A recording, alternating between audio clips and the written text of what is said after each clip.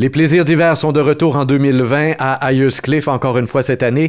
L'édition 2020 va avoir lieu le vendredi 31 janvier, samedi 1er février. Pour nous en parler, on a avec nous une des membres du comité organisateur, Francine Otis, et aussi avec nous Maïté Quentin, agente de développement communautaire, qui va nous parler dans quelques instants d'une nouveauté cette année en collaboration, on pourrait dire, avec les plaisirs d'hiver. On a un défi château de neige. Alors, on en parle dans quelques instants, mais d'abord avec vous, Madame Otis, plaisir d'hiver. Qui dit plaisir d'hiver dit, entre autres, ce fameux tournoi de ballon-ballet qui est extrêmement populaire, qui nous amène du monde finalement d'un peu partout. C'est pas juste d'Ayerscliff, il y a vraiment des équipes qui se forment d'un peu partout et année après année, c'est une tradition gagnante. Oui, c'était aussi une compétition parce que dans le ballon-ballet, il y a beaucoup de familles qui sont incluses. Il y a beaucoup des gens, ils aiment vraiment ça et tout ça. Fait qu'en plus, on a une équipe de femmes d'hockey qui joue le vendredi soir en même temps que le broomball. Et donc là, les gens qui sont intéressés, on peut encore s'inscrire, là, j'imagine, ou si c'est trop tard là, à l'heure où on se parle, pour inscrire une équipe dans le tournoi de ballon-ballet. Combien il y a de places? Est-ce que c'est déjà complet? C'est quasiment complet. Je crois qu'il y a 7 équipes, mais 7 et demi, parce qu'on est quasiment complet. Là, on attend juste la dernière équipe qui va nous dire s'ils jouent ou non. Ils prennent seulement 8 équipes parce qu'il faut faire la cédule et tout ça avec les équipes et tout ça. Donc, si on a vraiment le goût de s'investir, on contacte une équipe déjà existante et on peut voir s'ils ont besoin de joueurs supplémentaires, peut-être, là. Oui, certainement. Ça serait une bonne façon de le faire. Comment on fait pour équilibrer les équipes? Est-ce qu'il y a certaines règles disant, par exemple, on est obligé d'avoir quelques femmes sur l'équipe, quelques enfants, quelques vieillards, quelques je sais pas quoi? Pas du tout. Justement, c'est pas équilibré du tout. Puis c'est quasiment toujours les mêmes équipes qui gagnent. Mais les gens participent quand même parce qu'ils aiment ça. Bon, alors, venez vous faire massacrer par les meilleures équipes. C'est l'activité du ballon-ballet, encore une fois, à Ayerscliff. Mais c'est pas la seule chose qu'il y a à faire. C'est une activité très familiale, les plaisirs d'hiver. Donc, pour les enfants, justement, il y a des activités spéciales sur la patinoire, il y a de la peinture, il y a même du patinage avec les déguisements. On peut arriver déguisé en après-midi. Alors, la famille, là, est comblée, finalement. Oui, exactement. Je pense que la famille, c'est tellement important ici à Ayerscliff. Les gens, la peinture, ça, c'est une activité qui existe depuis toujours. C'est une dame, un artiste de Ayerscliff qui fait la peinture par numéro. Elle inclut les enfants. Puis les peintures restent à chaque année. On les met sur les clôtures pour montrer qu'est-ce que les gens ont fait depuis 8-9 ans, en tout cas environ. Là. Puis l'autre affaire, on a un groupe de 4H qu'on appelle. C'est des gens qui, avec des familles, font des activités sur la patinoire comme telle. On a aussi les affaires costumées, comme vous dites. C'est très, très populaire. C'est des différents groupes d'âge qui participent. We have musical skating on the ice as such. People just love that. They like to. There's a lot of family that participate in, and there's also lunches that are with hot dogs, hamburgers, and all this. And people come. There's snow on ice as well.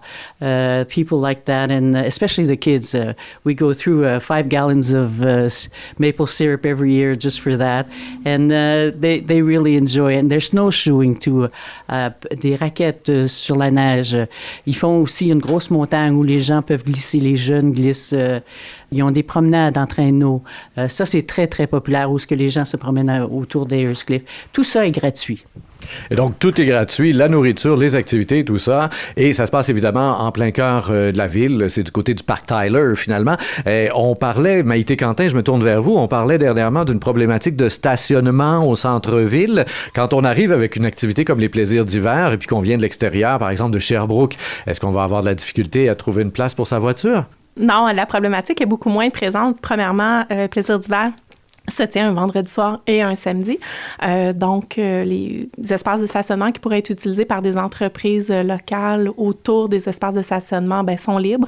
Et également, l'été, on est confronté un petit peu à la réalité du sentier nature qui occupe beaucoup notre stationnement pour les cyclistes. Tandis qu'en hiver, les cyclistes sont très peu nombreux.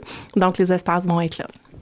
On reste avec vous, Maïté, pour pouvoir parler de cette nouveauté cette année, les défis Château de neige. L'idée étant tellement populaire que les gens qui étaient pressentis pour être jurés dans ce défi-là se sont désistés parce qu'ils veulent participer au défi. Ils veulent en construire un château. Oui. Donc, ouais, on avait déjà des gens qu'on avait contactés pour être juges, mais il y a un engouement réel. Donc, les familles veulent participer. Puis là, c'est pas juste les familles. On réalise que là, c'est des rues qui s'organisent, des coins de rue qui s'organisent, des développements, que là, les gens se rassemblent. Puis là, le défi grossit. Et la population est au courant depuis environ seulement une semaine. Puis là, on voit vraiment, et au niveau commercial, c'est la même chose en x10. Là. Vraiment, je pense qu'on va voir des choses se construire assez spectaculaires. Mais c'est intéressant de voir que pour une première édition, il y a autant d'engouement. Ouais. Donc, pour l'instant, les gens sont sur leur planche à dessin parce que, d'après ce que je comprends, ils n'ont pas le droit de commencer à construire tout de suite. Là, vous avez mis une période de temps. Voici, vous avez tant de jours pour faire le château et il faut que ce soit prêt. Bon, alors, comment ça marche, là? Bien, les dessins, oui. J'ai eu des récits de certaines familles que les enfants sont déjà à dessiner les châteaux que papa devra construire. Par contre, il n'y a pas de permis nécessaire pour la construction. C'est une des rares fois que finalement l'inspecteur n'a pas à être informé. Donc, c'est ça. Fait que les familles débutent le 24. Ce qu'on dit, c'est que le concours est lancé à partir du 24, qui est un vendredi, 24 janvier minuit.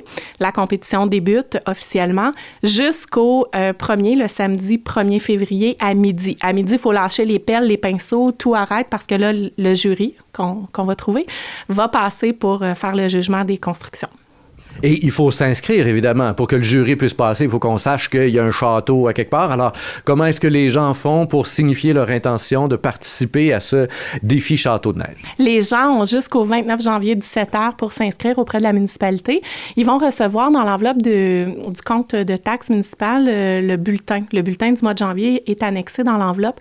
Donc, ils auront toute la programmation de plaisir d'hiver ainsi que tous les détails et règlements pour défi Château de neige. Donc, le petit coupon de participation est sur le document. Il est disponible aussi sur Facebook. Puis là, on va en mettre aussi dans les commerces. Donc, ce sera très, très facile à trouver. Et est-ce qu'il y a des prix à gagner? Parce que ça m'a tout l'air d'un concours et il y a un engouement et tout ça. Donc, qu'est-ce qu'on gagne avec ça? Bien, le défi Château de neige est rendu possible grâce à une subvention qu'on a demandée auprès du ministère de l'Éducation et de l'Enseignement supérieur et du Conseil sport loisirs estrie. Donc, on a reçu un beau 750 $ pour créer cet événement-là. Et grâce à ça, il y a, je vais vous dire, là, il y a 100 $ pour la catégorie famille, il y a 100 $ pour la catégorie corporative et il y a 50 $ de participation. Et c'est vraiment payé en argent, les prix. On s'est fait dire que les gens aimaient ça, pouvoir faire ce qu'ils voulaient. Donc, c'est des prix remis en argent.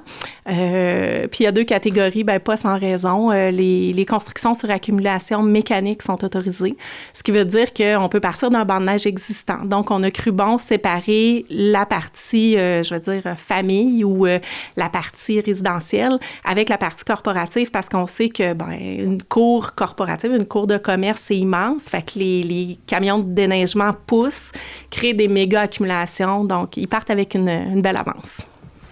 Ça risque d'être très beau. On a hâte de voir ça en espérant que la température, évidemment, soit collaborative dans tout ça. Madame Otis, on revient vers vous.